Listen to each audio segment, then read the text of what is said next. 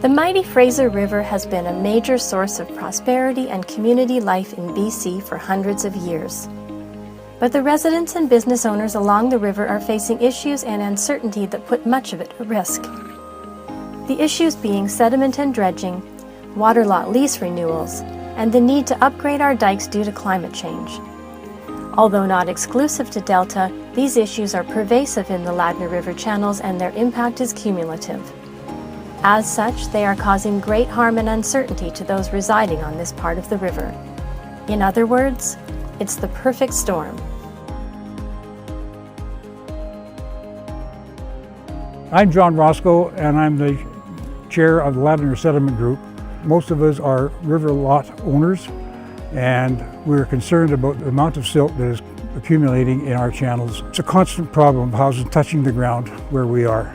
It involves we having to move the houses literally out of the way, get a dredge in to clean it out and put the houses back again. It's an ongoing concern. The federal government did look after all the dredging in the Fraser River, and occasionally they would send one of their dredges into our local channels. That stopped in 1990, and that's where the problem started. The federal government also put in diverters along the river to force more of the water down the main channel. The resultant of that was some silting to increase, plain and simple.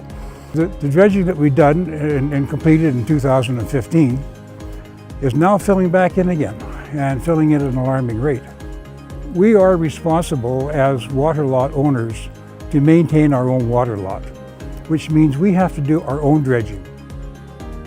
When we dredge it out so our float homes will be safe and float properly, we now become lower than the main body of the river. And Mother Nature, being who she is, she'll just put that silt right back in the hole we dug.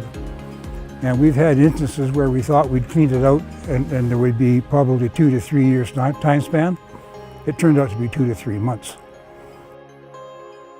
We're now looking at a long-term dredging program, and we're going back and asking all levels of government what we can do to get a program together that will offer sustainable dredging for our channels.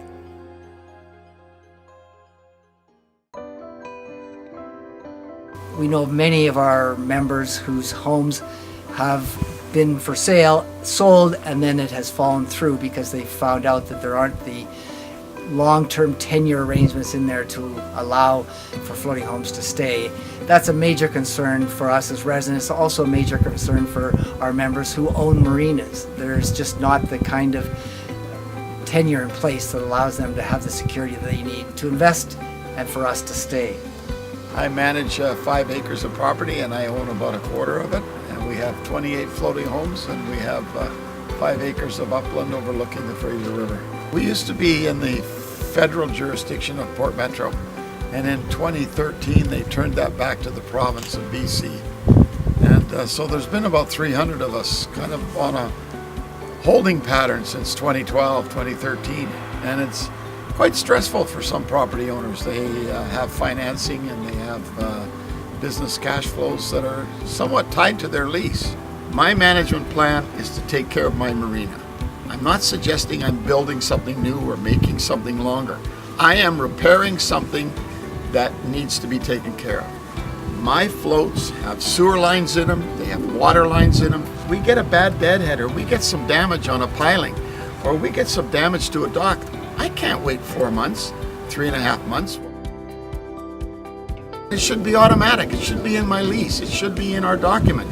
You have the rights to maintain and protect your property that you've spent good money on, because people are walking down there. This area generates about $100 million annually in wages and economic activity and taxes. This property here, we pay about $20,000 a year to Delta. We pay about $20,000 a year to the province. That's all in jeopardy. I mean, we need some certainty here.